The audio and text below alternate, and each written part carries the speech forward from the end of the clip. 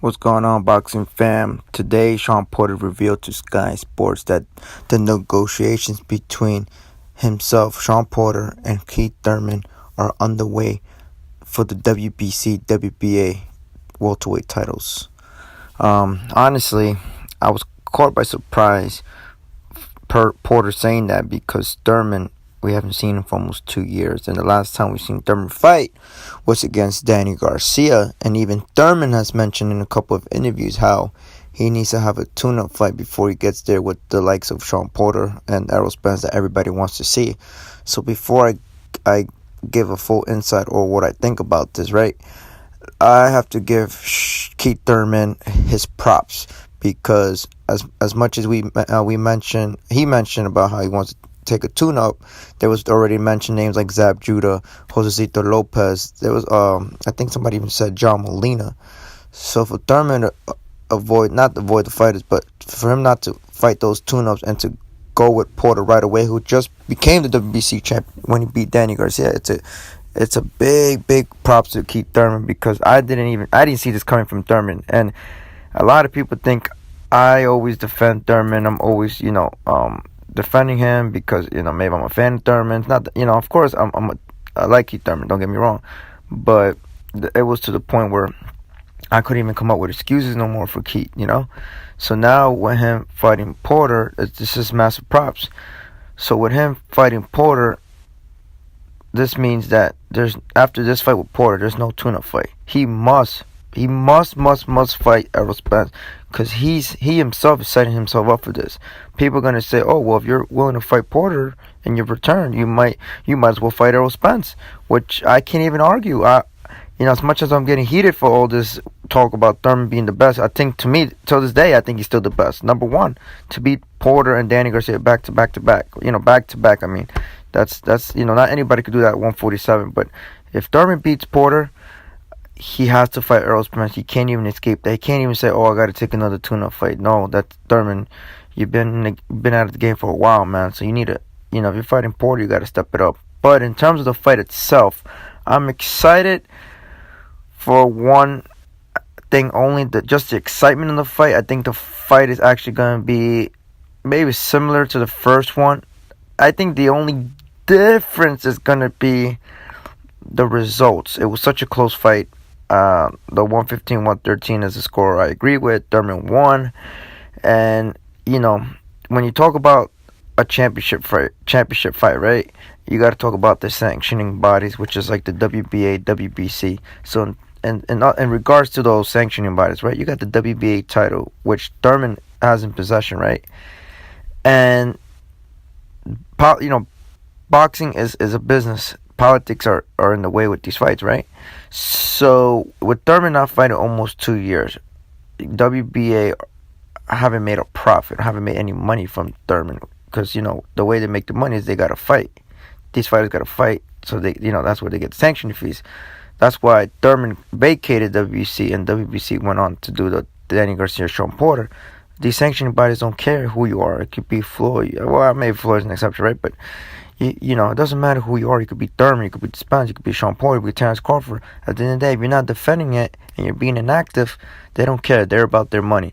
So I say this only because if this is a close fight and it goes to the scorecards, I really believe this time around, I think they're going to give it to Porter for one, because Porter, regardless, he did get injured against when he fought Granados, he came back, but that was like almost less than a year, right? Regardless of that, right? But Thurman has been inconsistent. I hate to say this. I really hate to say this, but he's been inconsistent. This is like almost like his fourth injury in like the last 4 years. And, this, like I said, this is a business. So I do see if it goes to scorecards, they're going to give it to Porter. Porter's more active. Porter's red hot. Porter will usually, if knowing Porter himself, he'll probably fight 3 times a year, fighting Thurman, probably fight Yordenis Ugas, Andre Berto, and then probably get the Spence fight, because this business can't risk Thurman winning and then him might getting injured again. You don't know. Like, he hasn't really fully recovered from this shoulder / elbow injuries. Like, this is really bad for Thurman. But I do say that if might be the right time for Thurman to prove the doubters wrong. As much as the bash he's been getting lately, even on primetime TV where they showed his face on Showtime, everybody booed him. The Barclays booed him. I'm pretty sure the viewers booed him. And I think Thurman, at this point of his career, he needs to get that respect back.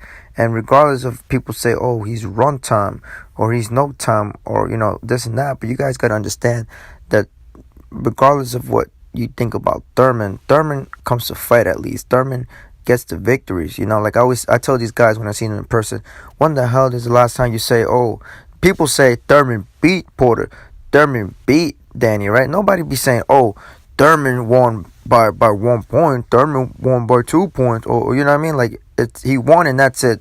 Doesn't matter if he won decisively or barely won, or it was a draw. Thurman got the job done, and that's what people are gonna remember down the history books. Thurman won the fight, right? So Thurman has a lot to prove.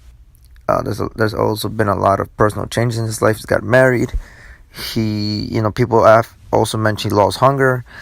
I mean, I don't want to say it's true, but I think that once you reach a certain mountain, once you reach the mountain, right? Like him, like when he became WBA champion, I think he's got too comfortable. I think that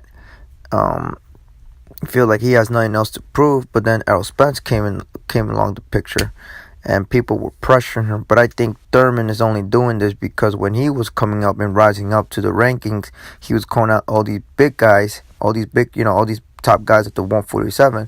Nobody wanted to fight him because of the high risk, low reward. So I feel like Thurman is only doing this to Spence just to give him a taste of what he's been through, which it is what it is. At the end of the day, Thurman's got to make his money. He's got to fight. When he think he's ready to fight, then he do it.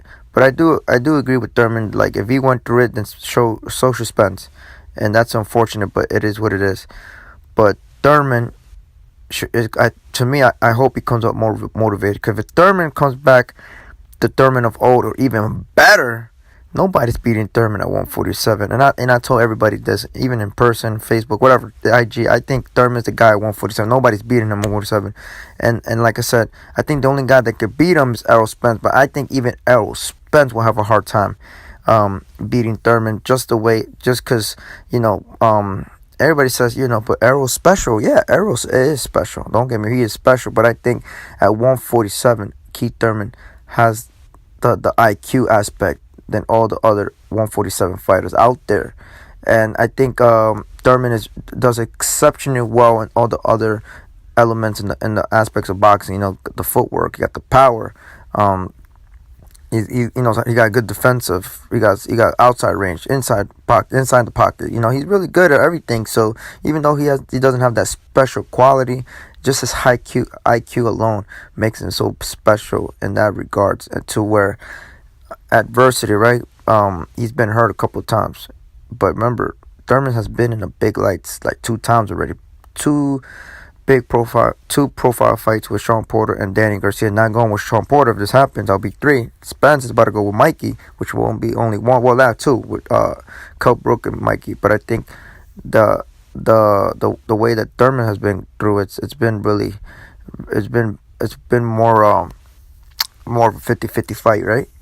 And the way it's going, I just hope Thurman comes back. Porter's a tough cookie, man. No, anybody that gets in the ring with Shawn Porter is there for a long night. And if Porter wins, I won't be surprised. But I think that Thurman should be the better man. He's gonna be more focused. And after this fight, Thurman, we cool and everything, but you gotta fight Errol Spence next, man, because you gotta show these guys, these viewers, the fans, that you are the man at 147. And don't make me look bad either, because I've been getting attacked. I've been harassed lately, man, with saying, oh, AB, you here always defending Thurman, man. Thurman even know that. When is he fighting? He's ducking Errol. Thurman, just do me a favor, man. Come back, the old Thurman. Do what you gotta do. And even if you lose to Porter, but it's a close fight, man, nothing to be ashamed of. But I just want to see the old Thurman that's hungry. you know. And for me, the goal is to be the undisputed champion at 147, and hopefully you come back like that. Regardless, I hope that this fight happens. Thurman's taking a big risk in this fight. Venue's still undecided, and the date's still undecided. But once this fight is confirmed, I'll get back to you guys and give you all the details. Thanks, guys.